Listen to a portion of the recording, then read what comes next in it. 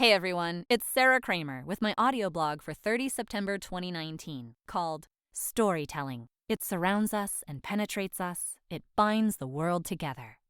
If you know me, or if you checked out my website, you've probably figured out that I am a Star Wars fanatic. If you recognize the slight alteration of a popular film quote in my blog title, then you're probably a fan too.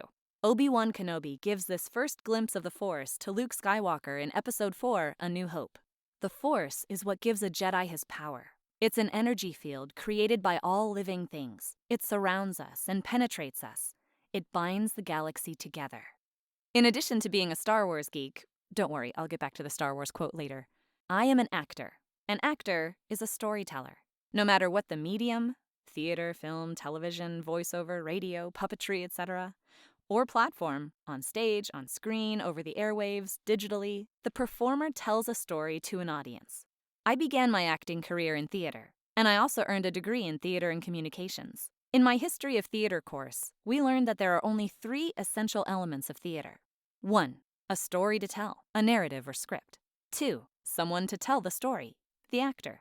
3. Someone to hear the story, the audience. All the other elements we think of, costumes, stage, set, props, lighting, etc., are wonderful and can certainly add to the production and aid in the storytelling, but they aren't necessary. All you need is someone to tell a story to someone else. We can go back even farther and remember that oral history predates written history. Originally, stories were not written down. They were passed on from generation to generation by voice. Our society today is so visual that it's difficult to imagine how it must have been back then. We can even watch stories being told without any words at all. Pixar's shorts come to mind. Love those. That is certainly another skill and art form itself, but I believe we shouldn't and can't lose the personal connection of the human voice. I'm a voice actor, so you might think I'm a bit biased, but as you think about your life, consider the voices you hear each day, besides the voices in your head. And wow, do I have a lot of those, but that's another blog. Voices giving you information. Voices providing help or advice. Voices entertaining you. Voices teaching you how to do something. Voices promoting or selling a product or service. Voices reading you a book. And the list goes on. Voices are all around us, sharing some kind of message or story with us. Now think about how you could use a voice to tell your story. Do you run a business and need to share information with your employees in an effective and engaging way?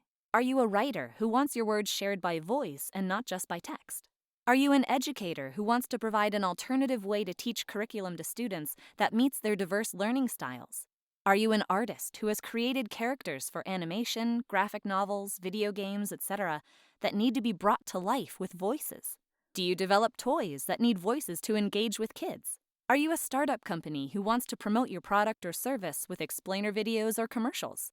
Do you enjoy making YouTube tutorials but use text and graphics to explain the steps because you don't want to use your own voice?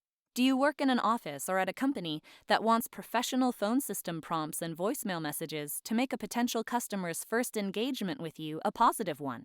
I could go on, but I hope you can see how important the human voice is in telling your story, whatever that story may be.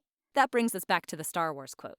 Like the Force, storytelling gives you, your product, your company, your message, power. The power to make a connection between human beings. Storytelling is all around us. It penetrates us, consciously or not, and it brings us together. I am an actor. I'm a voice actor. I'm a storyteller. I'm passionate about bringing your stories to life so they connect with your audience and make a positive and lasting impression on them. What do you think? What did I leave out? How else could you use a voice to tell your story? I've shared a number of ways we experience voice acting on a regular basis. I'll list them below with a few others, and please add to the list in the comments below. Talk to you soon!